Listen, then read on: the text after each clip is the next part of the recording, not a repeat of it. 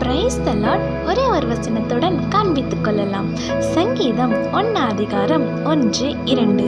துன்மார்க்கருடைய ஆலோசனையில் நடவாமலும் பாவிகளுடைய வழியில் நில்லாமலும் பரியாசக்காரர்கள் உட்காரும் இடத்தில் உட்காராமலும் கர்த்தருடைய வேதத்தில் பிரியமாயிருந்து இரவும் பகலும் அவருடைய வேதத்தில் தியானமாயிருக்கிற மனுஷன் பாக்கியவான். இந்த வசனத்தில் ஏசப்பா நம்மளை குறித்து சொல்றது என்னன்னா, நம்ம மனுஷருடைய ஆலோசனையில் நடக்காமலும் தப்பு செய்கிற மனுஷங்களுடைய வழியில் நம்ம அவங்களோட செய்கிற ஒவ்வொரு காரியங்களிலும் கை கோக்காம இருக்கணும். ஏசப்பாவுக்கு பிடிக்காத எந்த ஒரு விஷயங்களும் நம்ம செய்யக்கூடாது.